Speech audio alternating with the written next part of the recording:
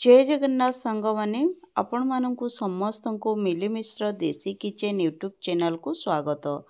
आज आमे बनेबा सॉफ्ट इडली बनैबार सीक्रेट आमे माने ए वीडियो रे देखिबा। आपण माने मध्य घरे एमती स्पंजी फुला फुला इडली बनै पारिबे सेटा पुणी अति सहजरे।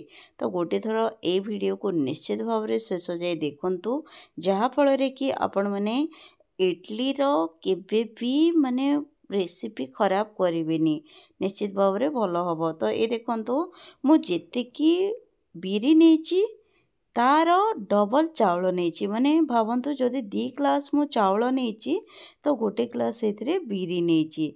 तो तार प्रोसीजर एमती रहइबो, माने क्वांटिटीटा। तो देखंतु एबे कोन कली ताको ग्राइंड कर देछि। एटा राती समय हेछि तो ताको एमती टिके गार्निश करिकी रखी देछि, माने भलो भारे मिसेइकी लूण दे देछि आ अल्प टिके खाइबा सोडा दे देछि।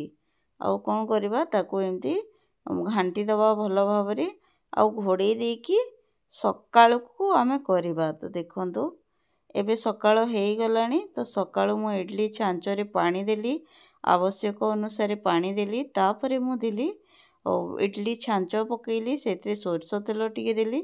सोरष तेलर फ्लेवर मते भल लागे, जदि आपन को सोरष तेल पसंद देबे, नले सादा तेल देले भी हबो।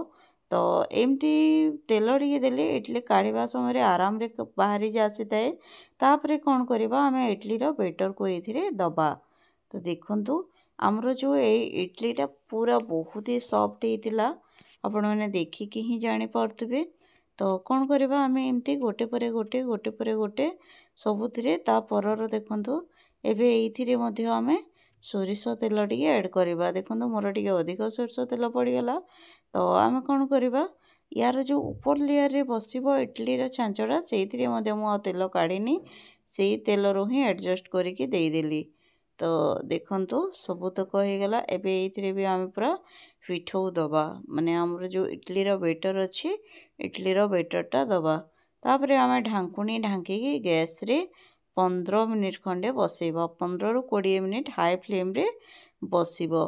तो देखंतु 15 रु 20 मिनिट परे हमरो रेडी हे गला इडली। रेडी हे गला बोली आपण माने केमती जानिबे, गोटे चामच मारिबे, जदि चामच रे लागु नथिबो ताहेले आपणकर इडली रेडी हे गला। ठंडा हला परे आमे कोन करबा एमती पुणी गोटे चामच रो बैक साइड रे आमे इडली को काढी नबा। सोरष तेल देबा फल रे कोन हिची टी कलरटा येलो देखा जाउची। आपण को जदि एटा पूरा व्हाइट दरकार तो आपण कोन करिवे सोरष तेल बदल रे आपण माने रिफाइंड ऑयल यूज करि परिबे। तो जेहेतु मु घरे करछि, घरे खाइबा पय करछि, मते कलर किछि इफेक्ट पड़ेनी। मते काहे ना सोरष तेल स्मेलटा मो फैमिली रे बहुत लोक पसंद करंती, तांको बहुत पसंद बोली मु सोरष तेल दिए। आपण माने सोरष तेल बदल रे रिफाइंड ऑयल मध्ये यूज करि पारिबे।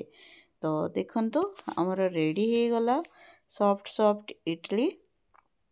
आ एटा मु कहबे मार्केट पर इडली हेनी, कहीं ना मार्केट रे सोडार परिमाण इनो दे दउचंती, जहा पर रे कोन हुए सेटा सॉफ्ट तो थाए किंतु देह पय भलो न। एटा सॉफ्ट भी अछि आ देह पय मध्ये बहुत ही भलो, कहीं ना जेतिकी चाउल को तार हाफ बेरी पड़िछि। तो देह पय बहुत ही स्वास्थ्यकर रहिबो ए इडली। आपण को जदि बिरी रो परिमाण कम दवा पय चाहुचंती, आपण इनो किंबा खाइबा सोडा मध्ये यूज करि पारंती। तो एबे आमे सर्व करबा हमरो इडली। तो देखंतु केते सुंदर देखा जाउची। इडली सहित मु घुगुनी करची। स्कूल जीवा पय टाइम हे जैतिला तो मु चटनी बनै पारलेनी। आपण मानको जदि चटनी रो रेसिपी देखिबा पय चाहुचंती नेक्स्ट वीडियो रे आनिबी।